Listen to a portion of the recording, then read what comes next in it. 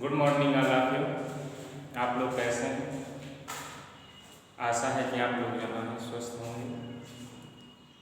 समस्या है जो कि क्लास नहीं चल पा रही है, लेकिन हम लोग का प्रयास ये है कि आप लोगों को अधिक से अधिक जानकारी देना।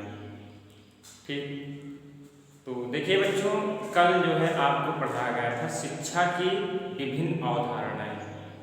उसमें का एक पॉइंट छूट गया था। ये बीटीसी सेकंड सेमेस्टर का सिलेबस सब्जेक्ट है वर्तमान भारतीय समाज और प्रारंभिक शिक्षा के अंतर्गत कल हमने पढ़ाया था शिक्षा की विभिन्न अवधारणा। उसमें का एक पॉइंट छूट गया था। वो पॉइंट था शिक्षा प्रभाव है। क्या? शिक्षा प्रभाव है। शिक्षा प्रभाव है, ये पॉइंट छूटा था, जिसको आज मैं क्लियर कर दे रहा हूँ। और समय बहुत कम है और जल्दी से लेकर के सिलेबस को आगे हमको चलना है। ठीक, तो आइए हम टॉपिक पे आते हैं, ज़्यादा बात ना करते। शिक्षा प्रभाव मतलब कि कहने का अर्थ है कि शिक्षा एक प्रभाव है। जब कोई व्यक्ति शिक्षित होता है तो जो कुछ सीखता है उसको अपने जीवन में उतारता है तो उसका प्रभाव अलग सा दिखता है। शिक्षा का मतलब ये नहीं कि हम पढ़ाई कर लें, डिग्री ले लें। ठीक, ये इसका मतलब नहीं है। शिक्षा का ये मतलब है जो कुछ हमने सीखा, जो कुछ ज्ञान आया, उसको हम अपने जीवन में उतारें, तब शिक्षा जो है सार्थक है, तब वो प्रभावित शिक्षा है। और शिक्षा का मतलब ये नहीं शिक्षा हम ले लें और उसका कोई प्रभाव हमारे जीवन पे ना दिखे, तो शिक्षा नहीं है। तो यहाँ पे क्या है शिक्षा प्रभाव? देखिए बच्चों, शिक्षा व्यक्ति पर पर्यावरण का प्रभाव है। आप लोगों ने लिखा था कल जो है, बोला है कमेंट में कि सर वीडियो क्लियर नहीं हो रही थी। हाँ सही है कि कैमरा दूरी हो गया था और जिससे कि स्पष्ट नहीं दिखा। आज मैं प्रयास कर रहा हूँ कि आपको पूर्ण रूप से सही दिखेगा। और कमेंट किया, बहुत अच्छा किया, उसमें सुधार होता है जो आपने किया है। शिक्षा व्यक्ति पर पर्यावरण का प्रभाव है। शिक्षा व्यक्ति पर पर्यावरण का प्रभाव है। देखिए, मॉस्फियर जैसा होता है, हमारे आसपास का या हमारे विद्यालय का वातावरण जैसा होता है, उसका प्रभाव जो है बच्चों पे पड़ता है। अगर परिवार में, पास पड़ोस में शिक्षित व्यक्ति हैं, अगर बच्चा जो है शिक्षित व्यक्तियों के आसपास बैठता है, उनसे कुछ न कुछ सीखता है, तो उन लोगों का प्रभाव उसके ऊपर पड़ता है और वो जरूर उन लोगों से कुछ न कुछ सीखता है। इसलिए लिखा है शिक्षा व्यक्ति पर पर्यावरण का प्रभाव। अपने आसपास के वातावरण से वो जरूर कुछ सीखता है। साथ ही यह परिपक्व व्यक्ति के जो ज्ञानी व्यक्ति है, अपरिपक्व जो अज्ञानी है, ध्यान दीजिएगा। परिपक्व व्यक्ति मतलब जो ज्ञानी है, जो शिक्षित है, ठीक शिक्षा लेकर के परिपक्व हो गया, मेच्योर हो चुका है, एजुकेशन में मेच्योर हो चुका है। अपरिपक्व व्यक्ति पर जो अशिक्षित है, ठीक, अपरिपक्व व्यक्ति पर पड़ने वाला प्रभाव भी है। ठीक, मतलब अगर कोई शिक्षित व्यक्ति है, अगर वो शिक्षा ग्रहण करना चाहता है तो उसके ऊपर जरूर प्रभाव पड़ेगा। साथ ही यह परिपक्व व्यक्ति के अपरिपक्व व्यक्ति पर पड़ने वाला प्रभाव भी है। जो अपरिपक्व व्यक्ति है, जो अज्ञानी है, उसके ऊपर ये प्रभाव डालने वाला है। क्या है? वो शिक्षा है। इन प्रभावों के फलस्वरूप व्यक्ति उन क्षमताओं का विकास करता है जिनसे वह अपने पर्यावरण पर नियंत्रण कायम कर सके। मतलब जो कुछ वो सीखता है, जो कुछ उसके अंदर क्षमता आती है, ठीक, तब उसके अंदर विकास होता है जिनसे वह अपने पर्यावरण पर नियंत्रण कायम कर सके और अपने आसपास पड़ोस में जो है वो एक नियंत्रित तरीके से रहता है और दूसरे को वो आगे चल करके सिखाता भी है। ठीक, तथा स्वयं का अपने पर्यावरण से सामंजस्य स्थापित कर सके। शिक्षा पर्यावरण के प्रभाव के दो अर्थों को स्पष्ट करती है। ध्यान दीजिएगा। ठीक, शिक्षा पर्यावरण के प्रभाव के दो अर्थों को स्पष्ट करती है। इसका दो अर्थ होता है। क्या? एक है व्यापक अवधारणा, दूसरा है सीमित या संकुचित अवधारणा। ये बच्चों अक्सर एग्जाम में जरूर पूछा जाता है, इस पे आप लोग ध्यान दीजिएगा इन पॉइंटों पे। शिक्षा का व्यापक अवधारणा, ठीक, और सीमित या संकुचित अवधारणा पूछ लेता है। वहां पे एग्जाम में पूछा जाएगा कि शिक्षा का व्यापक अवधारणा क्या है या शिक्षा सीमित या संकुचित अवधारणा क्या है, शिक्षा की सीमित या संकुचित अवधारणा क्या है। इन दोनों में से किसी न किसी टॉपिक पे क्वेश्चन कर लिए जाते हैं, तो इसको आपको समझने की आवश्यकता है बस। आइए हम देखते हैं शिक्षा की व्यापक अवधारणा। हेडिंग है शिक्षा की व्यापक अवधारणा। व्यापक, जैसे व्यापक शब्द से ही आपको स्पष्ट समझ लेना चाहिए। व्यापक मतलब एक विस्तृत शिक्षा का, वो शिक्षा जो विस्तृत क्षेत्र में फैली हुई है। व्यापक का अर्थ ये होता है विस्तृत, बड़ा। देखिए, शिक्षा आजीवन चलने वाली प्रक्रिया है। शिक्षा आजीवन चलने वाली प्रक्रिया है, ये लंबे समय तक चल रही है और चलती रहेगी। दूसरे शब्दों में, व्यक्ति अपने जन्म से मृत्यु तक जो कुछ सीखता और अनुभव करता है, वह सब शिक्षा की व्यापक अवधारणा के अंतर्गत माना जाता है। देखिए बच्चों, यहाँ पे समझिएगा क्या कह रहा है। दूसरे शब्दों में, व्यक्ति अपने जन्म से मृत्यु तक, मतलब बच्चा जब जन्म लेता है, ठीक, और मृत्यु तक वो कुछ न कुछ सीखता रहता है। और जो सीख रहा है इतने समय में, जन्म से लेकर के मृत्यु तक जो कुछ सीखा, वो व्यापक शिक्षा कहलाती है। ठीक, व्यापक अवधारणा के अंतर्गत माना जाता है। जन्म से लेकर के मृत्यु तक जो कुछ हम सीखते हैं, जो अनुभव करते हैं, उस शिक्षा के व्यापक अवधारणा के अंतर्गत माना जाता है। ठीक, समझ में आई बात।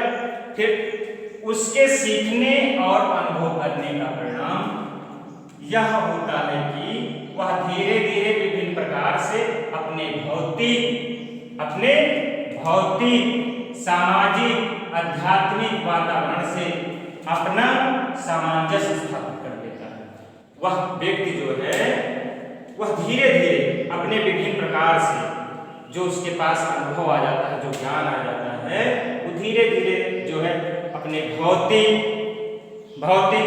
सामाजिक, ठीक, और आध्यात्मिक जगत में, वातावरण से वह अपना सामंजस्य स्थापित करता है। आप लोग जो है भौतिक का समझ रहे हैं ना, सामाजिक, समाज में, ठीक, समाज से वो सीखता रहता है। समाज में किस तरह से उसको एक दूसरे से संबंध बनाना है, संबंध बनाते हुए वो कुछ न कुछ सीखता है। आध्यात्मिक जगत, धार्मिक दृष्टि से लिया जा रहा है।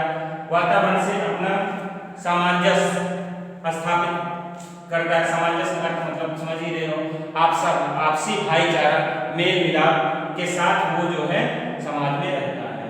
ये शिक्षा की व्यापक अवधारणा के अंतर्गत आता है।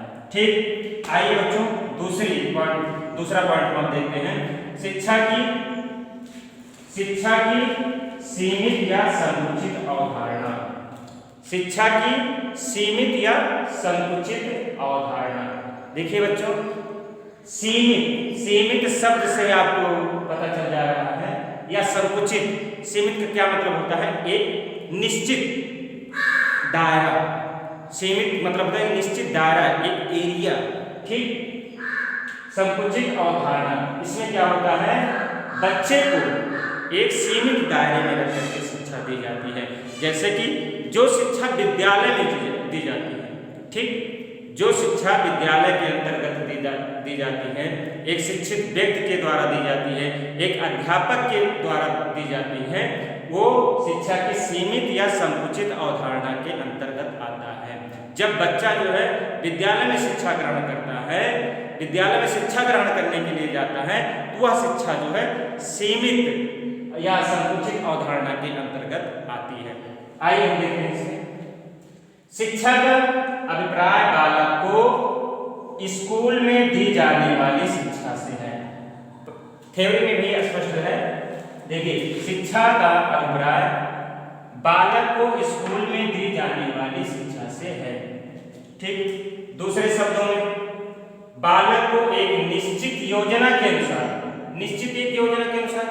देखिए, अगर आप एक योजना के तहत काम करते हैं, ठीक, या काम करते हैं, शिक्षा देते हैं, प्लान के तहत देते हैं, लेसन प्लान के अंतर्गत देते हैं अगर आप, तो वो शिक्षा सफल होती है। एक योजना बना करके। देखिए, जैसे क्लास में बच्चे दो प्रकार के होते हैं, एक तो बहुत तेज होते हैं और एक जो है धीमे कैचिंग पावर होती है उनकी, तो लेकर के तो सबको साथ में चलना है, उतने ही समय में हमको सबको साथ लेकर के चलना है। उसमें ये देखना होगा कि कौन सा बच्चा समझ पा रहा है, कौन सा नहीं समझ पा रहा है। तो उसके लिए हमको एक निश्चित योजना बनानी पड़ेगी कि हमको सबको साथ लेकर के चलना है, सभी बच्चों को साथ लेकर के चलना है। और जो बच्चा वीक है, जो कमज़ोर है, जिसके समझ में नहीं आ रही है, हमारी टॉपिक नहीं समझ में आ रही है, जो कुछ अध्यापक पढ़ा रहा है, हम उस बच्चे को किस योजना के तहत पढ़ाएं ताकि उसको समझ में आए। ठीक, उसको अलग बिठा करके या एक्स्ट्रा क्लास दे करके, ठीक, या पढ़ाने की जो विधियाँ होती है उसको हम 1 2 3 विधियों का प्रयोग करके, ठीक, जैसे प्रोजेक्टर विधि हुई, ठीक, डिमोन्स्ट्रेशन विधि, ठीक, तो बहुत सारी विधियाँ हैं। तो हमको ये देखना है कि हम किस विधि से वो बच्चे को पढ़ाएं ले जा करके, एक योजना बना करके, तब वो बच्चा जो है अच्छी शिक्षा ग्रहण कर पाएगा। निश्चित योजना के अनुसार एक निश्चित समय तक अगर आप एक निश्चित समय निर्धारित करके शिक्षा देंगे तो बच्चों में उबन नहीं महसूस होगी। नहीं तो वो अगर लॉन्ग टाइम तक आप शिक्षा देना चालू कर देते हैं, पढ़ाना चालू कर देते हैं, या होमवर्क देना चालू कर दें, इतना होमवर्क दे दें कि बच्चे 2 3 घंटे उसी में लगे रहें, तो उनका भी मन जो है पढ़ाई में नहीं लगता है। ठीक, तो एक निश्चित समय निर्धारित करना पड़ता है कि ताकि बच्चों को उबन न महसूस हो, उनका मन लगे, क्योंकि पढ़ाई के साथ साथ मनोरंजन भी आवश्यक है। अगर मनोरंजन बच्चे नहीं करते हैं, ठीक, तो वो कुछ समय बाद जो है जो कुछ शिक्षा लेते हैं उसको भूल जाते हैं, इतना दाब हो जाता है कि वो सही तरीके से उसको ग्रहण नहीं कर पाते हैं और उबन से महसूस होती रहती है। और एक दिन ऐसा आता है कि वो जो है उस सब्जेक्ट से हटना चालू कर देते हैं, भागना चालू कर देते हैं, उनका मन कम लगता है। ठीक, इस तरह से एक प्लान हमको बनाना चाहिए और एक निश्चित समय निर्धारित करके शिक्षा देनी चाहिए। ठीक, समय तक और निश्चित विधियों से हमने पहले बता दिया कि बच्चे को किस विधि से समझ में आ रहा है। ठीक, उसको उसी विधि का प्रयोग करिए। ठीक, अगर आप ज़्यादा सिंपल टू कॉम्प्लेक्स, सिंपल सी बात है, सिंपल टू कॉम्प्लेक्स, अगर बच्चे को सरलता से जटिलता की तरफ ले जाते हैं तो वो बच्चा कैच करेगा, उसका मन लगेगा पढ़ाई में। अगर हम शुरुआती दौर में बच्चे को जटिलता पे लेकर चले जाते हैं, जटिलता की तरफ से ही शुरुआत करते हैं, जो उसको समझ में नहीं आ रहा है वहाँ से हम शुरुआत करते हैं, तो बच्चा उसका पढ़ाई में मन उस बच्चे का नहीं लगेगा। ठीक, इसलिए सिंपल टू कॉम्प्लेक्स, सरलता से जटिलता की तरफ हमको ले चलना चाहिए। मान लीजिए अगर मैथ से आप पढ़ा रहे हो तो उसको पहले जो है जोड़ घटाव दीजिए, घटाने के लिए कई विधियां हैं, उसको समझाइए। बेटा जो है 5 में से 3 निकल गया तो कितना बचा, अब वो बच्चा नहीं समझ पा रहा है 5 में से 3 निकल गया तो कितना बचा, तो उसको ऐसा बताइए कि ये बेटा 5 लकीर हैं और इसमें से 3 कट गई तो कितना बचा, तो तुरंत समझ जाएगा, वो तुरंत समझ जाएगा कि 2 बचा। ठीक, ये विधि हुई, ये सरल विधि है। तो आपको विधि का प्रयोग करना पड़ेगा कि उस बच्चे को किस तरह से समझ में आ जाए। आइए, विधियों से निश्चित प्रकार का ज्ञान दिया जाता है, एक निश्चित प्रकार का ज्ञान जो उसके सब्जेक्ट का जो सब्जेक्ट है, जो जिसमें उसको ज्ञान लेना है, ठीक, उसको हम उसी प्रकार की शिक्षा उस टाइम देते हैं, ना कि हम अदर सब्जेक्ट की ला करके देते हैं। तो आज के लिए बच्चों इतना ही, आगे की वीडियो में आपको मैं फिर लेकर के मिलता हूँ। मुझे आशा है कि आज आपको जरूर समझ में आया होगा। ठीक, धन्यवाद।